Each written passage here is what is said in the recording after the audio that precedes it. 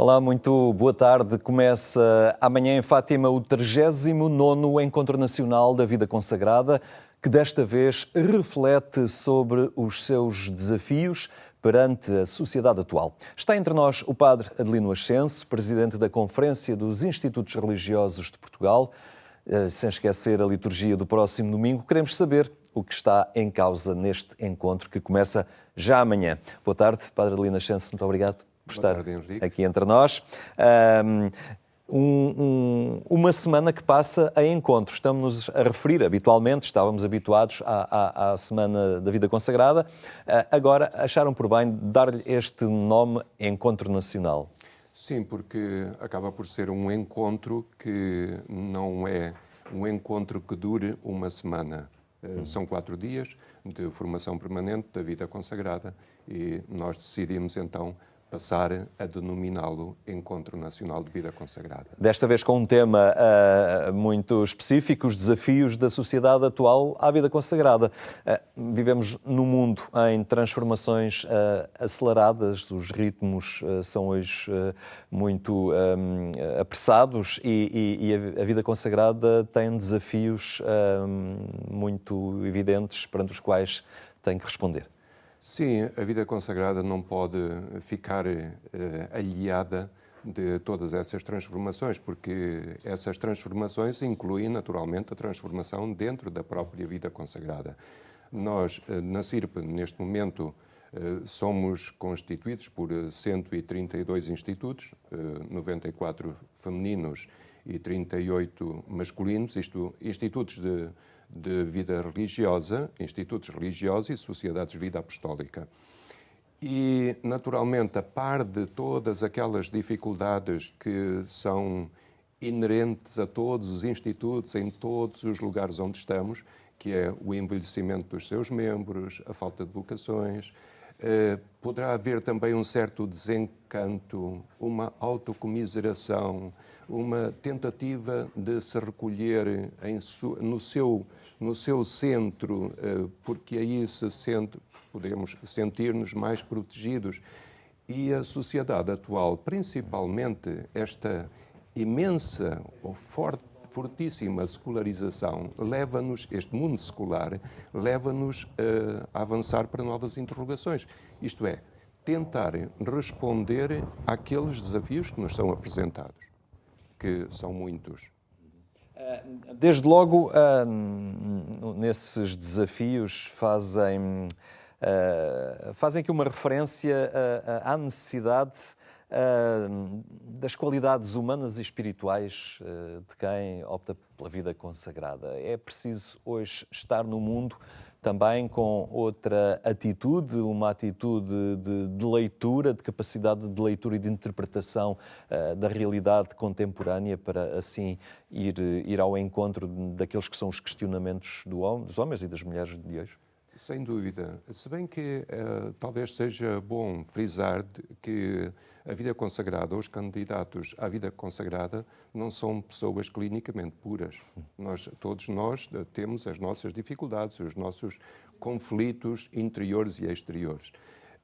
Mas é curioso que em 2021 foi publicado um artigo de um italiano, Giovanni Ricci, com o título O Desafio da Religião Não Religiosa. Isto é muito interessante porque tem a ver também com aquilo que o Tomás Alic apresenta no seu último livro, A Tarde do Cristianismo, principalmente os knowns, quando perguntam qual é a tua religião, known, nenhuma. Portanto, os religiosos buscadores, aqueles que eu denomino religiosos buscadores. Também isto tem muito a ver precisamente com aquilo que eu denomino o diálogo pré-religioso.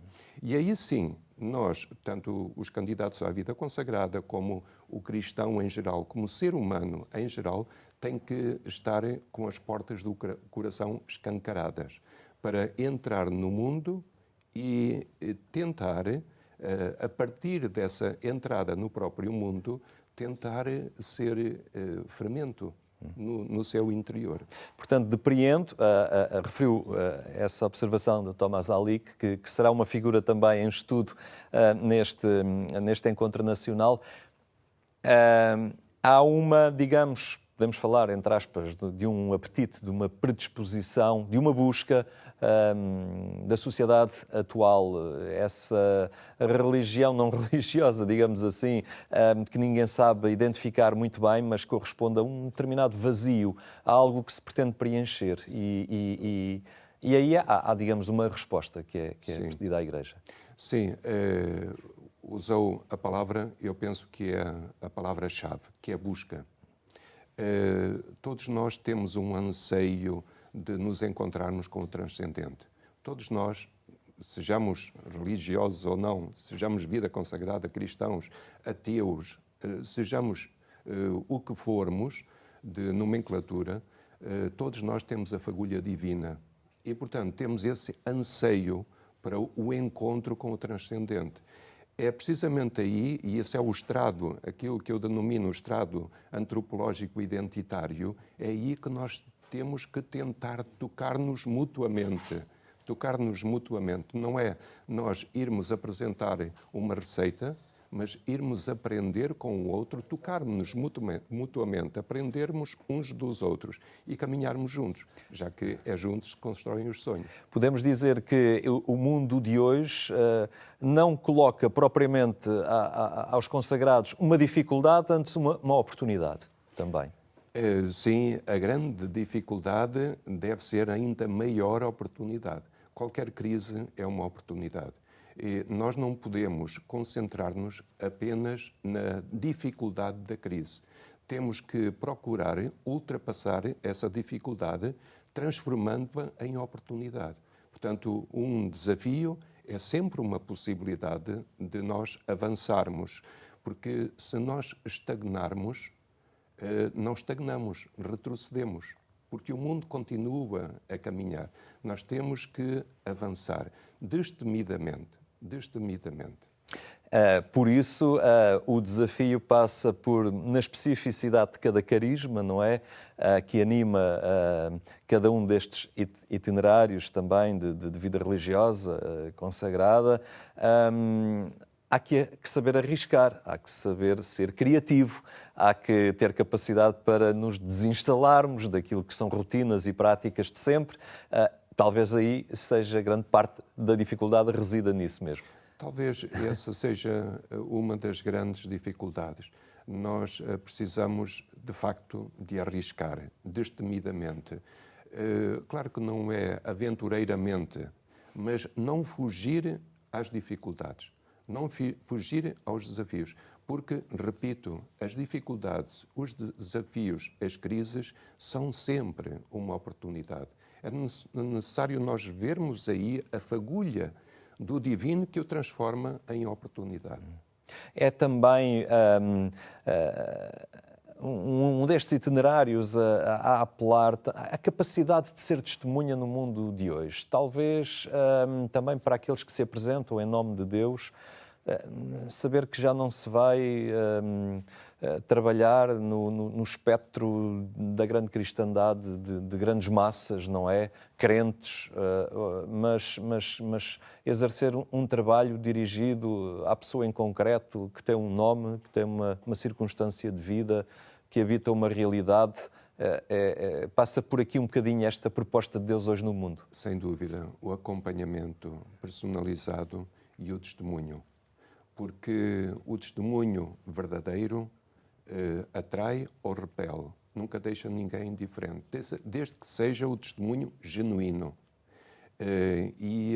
Eu penso que a humanidade de hoje anseia por esse testemunho genuíno, sem máscaras, sem subterfúgios, sem superficialidades.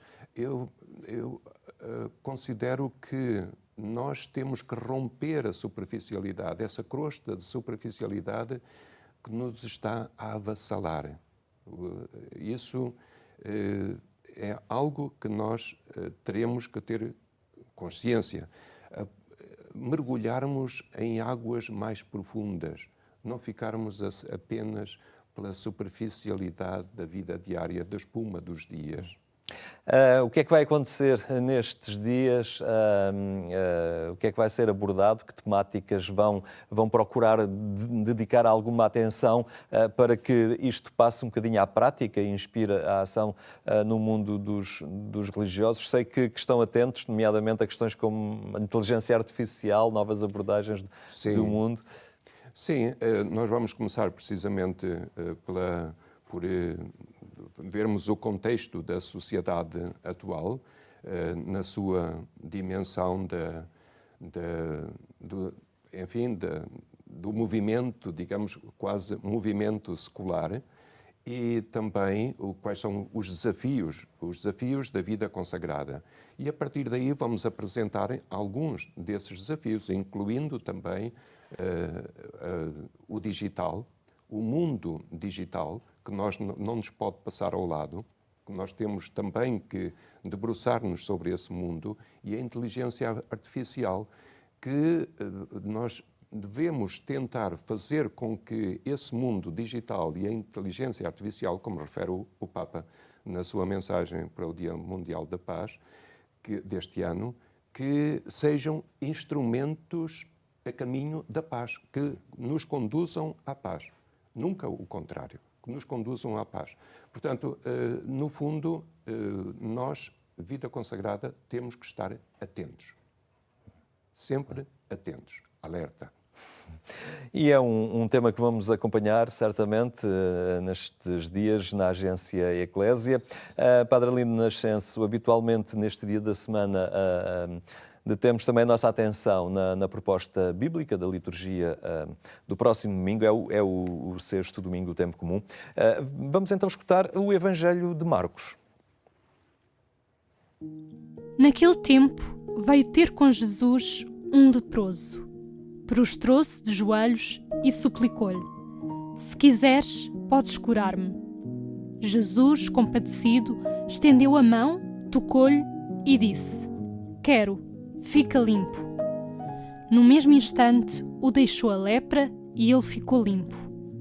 Advertindo-o severamente, despediu-o com esta ordem: Não digas nada a ninguém, mas vai mostrar-te ao sacerdote e oferece pela tua cura o que Moisés ordenou, para lhes servir de testemunho. Ele, porém, logo que partiu, começou a apregoar e a divulgar o que acontecera. E assim, Jesus já não podia entrar abertamente em nenhuma cidade. Ficava fora, em lugares desertos, e vinham ter com ele de toda a parte.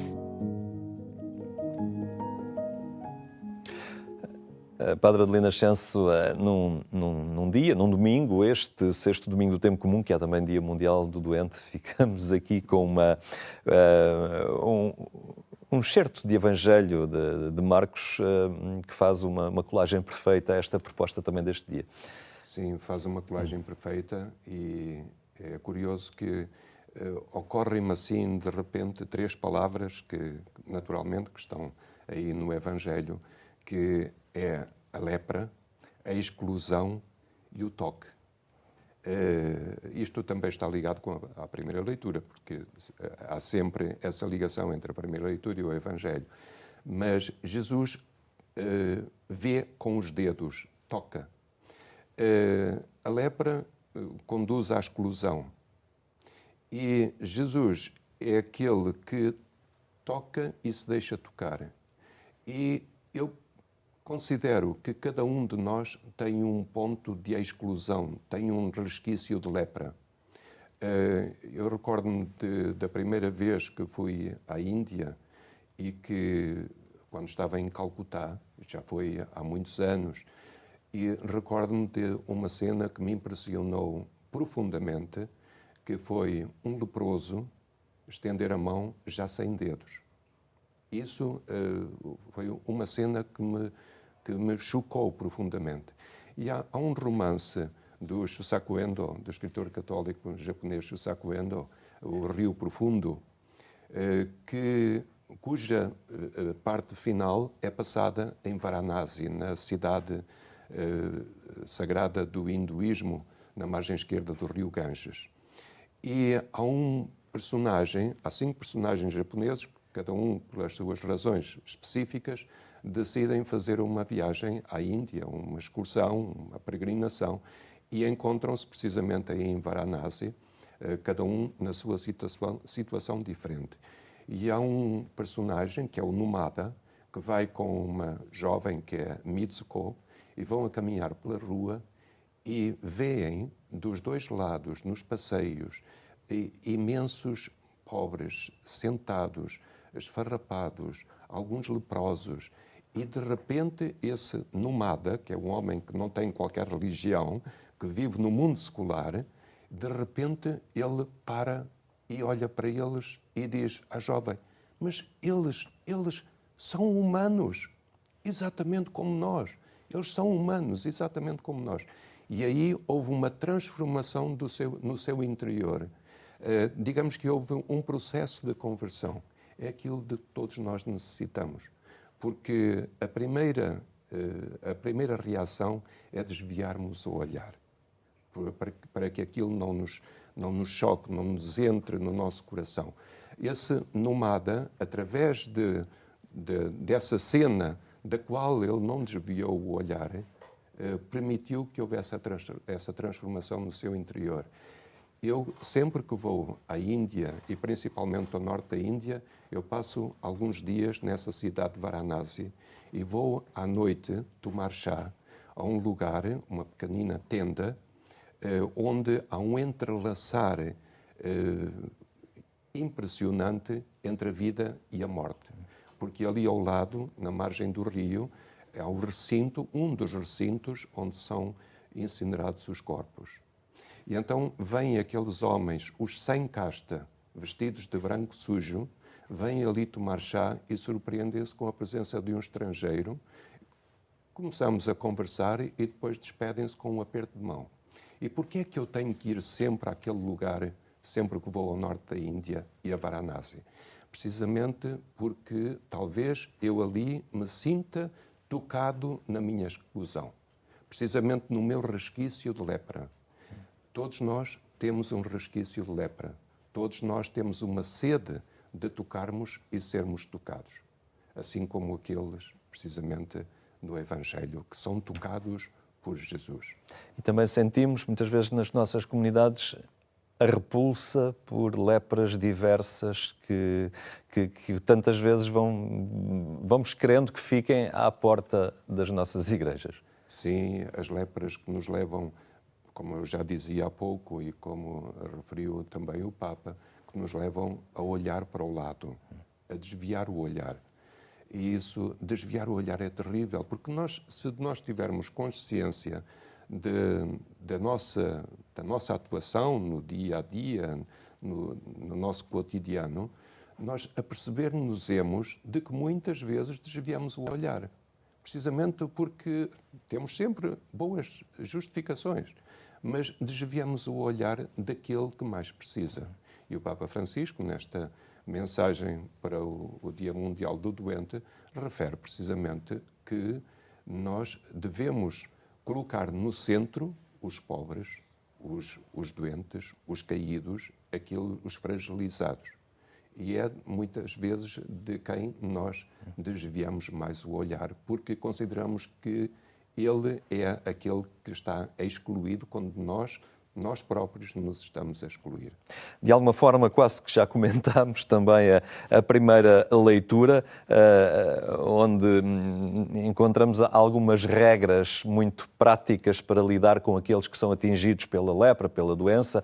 É uma preocupação, digamos, sanitária, mas tem trazendo isto para os nossos dias, acaba por, quando temos uma imagem deturpada de Deus, impomos regras que não fazem sentido, não é? De exclusão. Sim, então impomos regras que muitas vezes não fazem sentido.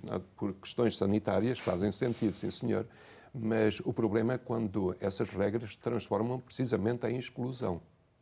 E que, como nós sabemos, Deus não faz acepção de pessoas. Nós é que fazemos. Fazemos acepção de pessoas, colocamos as pessoas em diversas gavetas e somos muito rigorosos nas nossas escolhas.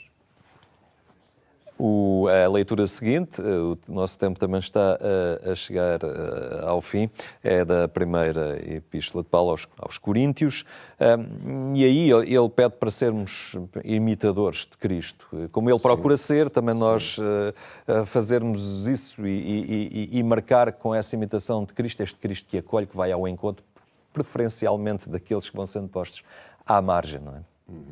Sim, eu aí definiria com uma palavra, testemunho. O verdadeiro, o genuíno testemunho. Nós devemos testemunhar de tal forma que as pessoas vejam Cristo em nós. Isto é muito difícil, mas é precisamente nesse testemunho verdadeiro que nós seguiremos os passos de Paulo e que nós entraremos então verdadeiramente em contacto, nesse toque com Cristo. Que as pessoas vejam Cristo em nós. E a força das atitudes tem um alcance e um impacto no outro muito para lá dos bonitos discursos que se possam fazer. Sim.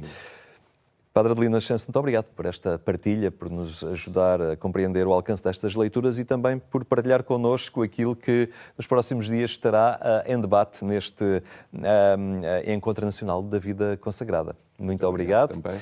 Nós ficamos por aqui. Já sabe que amanhã pode sintonizar a Antena 1 a partir das 6 da manhã para escutar a edição rádio do programa Eclésia. Tenha então uma muito boa tarde, tenha também um bom fim de semana.